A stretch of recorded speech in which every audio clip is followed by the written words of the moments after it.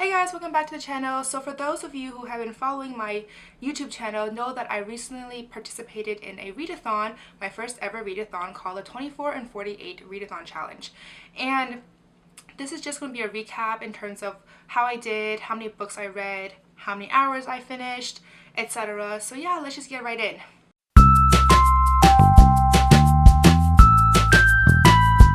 So for those who watched the TBR video, if you haven't, I'll link it above just in case you want to see which books I had originally picked out. But I had picked out 6 physical copies, 3 audiobooks, and 1 ebook for just on-the-go purposes. And somehow, so I filmed the TBR video on Thursday, and by Friday night, I don't know how, I managed to finish my ebook version of Fate to Us already. So that was already off the market by the time the readathon challenge started, as well as finish the first book of the Witch's Path audiobook that I was, originally planning to finish. And those are 3 books, by the way, and somehow, I don't know how, I finished both of them. So those 2 right off the bat were already done. Like, those were off my TBR list for the readathon challenge. So at this point, I decided, you know what, since it's on the go anyways, I'm just going to listen to my audiobook and just focus on there, because I think there was still a good 16, 17 hours, I don't even know how many hours left of the audiobook. So I figured it's still more than enough for the purpose of this readathon. Just a quick summary of what I went through as the hours progressed and what I did on Saturday and Sunday. So I don't know what's going on with my hair right now. So for those who follow me on Twitter, knew that I was, doing updates every few hours. Just, when I was running out, doing errands, I would do an update. If I exceeded over a certain number of hours, I did an update, etc. So for a total number of hours that I read during this readathon, I read a total of 18 hours, just over 18 hours. And for me, that was a huge success, just because I didn't even expect myself to finish that. I essentially did 9 hours on Saturday and 9 hours on Sunday. And I don't know how I did it. Honestly, I was expecting more like 12 hours, to be honest.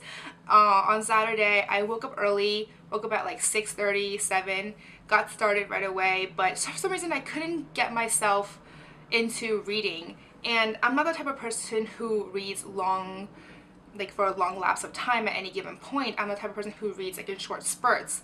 So Saturday morning I was doing 30-minute spurts for like at least the first 2-3 hours. And within the first 4 hours I managed to finish my first book, which is Artemis by Andy Weir. I absolutely love this book. I thought this book was fantastic, and it was very, very fast paced, tons of action. And Jazz, the main character, is funny, she's smart, and I'm not going to talk too much more about this book because I will do a full-length review for it, but within the first 4 hours, I did manage to finish my first TBR, official TBR of the readathon. At which point, I went out to do some errands, went to catch a movie, etc., did some stuff, listened to my audiobook, and then I came home and picked up the second book on my TBR, which is The Spellbook of Listen Taylor by Jacqueline Moriarty. And honestly, I got into about 75 pages here, and my bookmark is still here. And I read it during dinner time, and honestly, I just could not get into it. The characters were confusing. There were so many characters with very similar names, by the way. The chapters are all really short too, so it seems like you're just jumping from character and situation to a different character in a different situation, and somehow they're all related to each other, but because you don't really know who everyone is yet, you're not really sure how they're related to each other. And honestly, after dinner, I just decided, you know what, like, I kind of went into a reading slump. By this point, I think I only finished like 6 or 7 hours of the first day, and I was just like, I can't do this anymore, I need to do something else. And I decided to just DNF it, just because it wasn't getting my attention. And one of my New Year's resolution for myself, a personal one, is if I can't get into it within the first 50 to 100 pages or the first hour of an audiobook, to just put it aside, because I'd rather read good books that gets me engaged within the first few chapters. So this book, unfortunately, I decided to just DNF it for this readathon and for the near future. So then I went on to my third book of my TBR list, and that is The Astonishing Color of After by Emily X. Arpan. And this book was fantastic. Oh my god. Actually, in the first 20 pages when I was reading it, I actually considered putting it down, but because I told myself I need to give it at least 50 to 100 pages before I can make this decision, because I know that some books are a bit slow to pick up. So I figured, oh, let me just, power through it, see where it gets me. And plus, I heard a lot of good things about this book, so I figured there must be something worth reading in here. And by the time I got to 50 pages, I could not put it down. I managed to spend the last like 2-3 hours of Saturday powering through it. I mean, I didn't finish it, obviously. This is like 500 pages.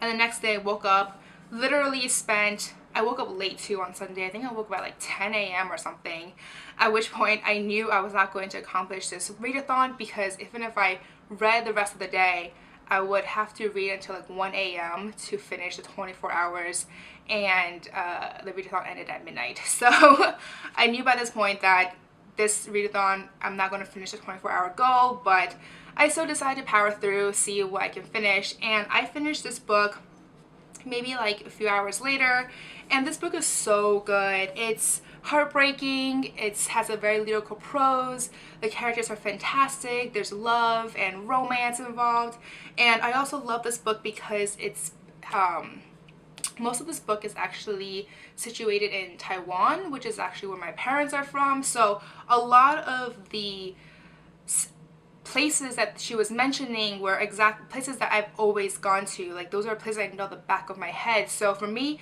it really resonated with me. But anyways, I'm not going to talk too much into it again, because I will be doing a full-length video review on this book. But this was the second book that I officially finished.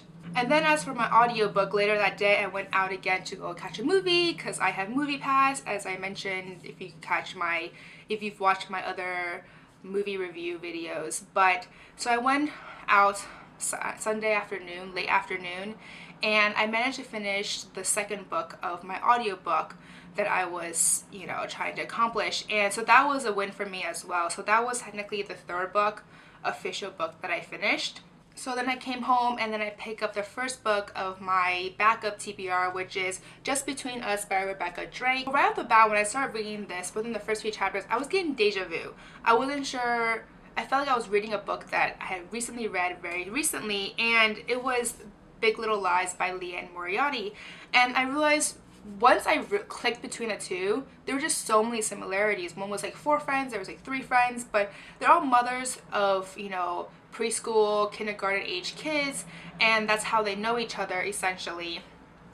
And there's domestic abuse involved, usually at like the richest girl, which happens to be Heather in this book.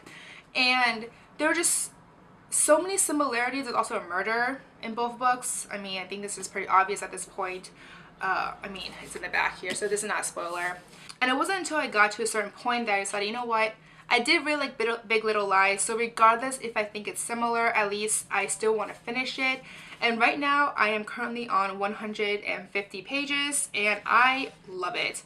I'm really addicted to it right now. The beginning was definitely very similar to Big Little Lies, but it started to diverge at some point. It seemed that this is Big Little Lies if there was like a season 2 or something, because the murder scene happened very early on. So yeah, I mean, right now I'm really liking this book. If you guys like Big Little Lies, I think you guys will really like this one. It's very similar, at least in the beginning. So that's essentially all the books I finished. I finished 2 of the books that I wanted to read, got onto my third one, finished 1 audiobook, and I feel like that was pretty a win for me. So overall, out of the 10 books that I wanted to read during this readathon, I read 5 of them. Including the ones that I finished prior to the readathon, just because these are the 10 books that I want to read this weekend overall. So I finished 2 audiobooks, 1 ebook, and 2 physical copies. And then the 2 books that I didn't even get to touch was Incarnate and Wicked Like a Wildfire. I'm really sad that I didn't get to touch these 2, because I was really hoping to finish these. But honestly, I'm probably gonna finish them this week at some point. If not this week, then next week. And actually, after the readathon ended, by Monday evening or like Tuesday morning, I forget, I actually finished the 3rd book in the audiobook trilogy series that I was trying to finish. So honestly, it was a good win for me overall, with my 18 hours, 9 hours, 9 hours on both days. Finished 5 books plus the extra audiobook on Monday, Tuesday, and then DNF one book. I mean, I touched it, but so there's basically just 2 books that I didn't get to touch, period, and didn't get to start at all. But overall, I think this is a good experience. I found it really, really interesting and entertaining, and it was really motivating for me to constantly go on Twitter and being able to using the hashtag 24 and 28 and seeing what everyone else was around me doing. Some people, I think when I woke up on Saturday, some people were already like 8 hours in because they were in like a different time zone, and I'm just like, what? Like, I just woke up, I haven't started at all yet. And there are definitely a lot of people who finished, so congratulations to all of you who did. But for me, I think it was a big personal win for my first readathon, and honestly, I liked it so much. I think I'm going to start doing readathons like a monthly thing, just because it will really force me to just sit down and read, and honestly, I don't do that too often. I think, like I said, I do short spurts. So for me to really just, you know, buckle down and sit down for like a day or even like 2 days or like just a week or something like that, just a few short hours, whatever, I think will be really good for me. So before I end this video, I just want to remind everyone that I do have a giveaway going on my blog, so I will link it down below for those who want to enter. It ends end of February and you can win 10 books, so be sure to enter down below. But that's it for today, guys. As always, if you do like this video, please do give me a thumbs up and subscribe down below. Don't forget to follow me on Twitter, Facebook, and Instagram. But that's it for today, guys. Thank you. Bye.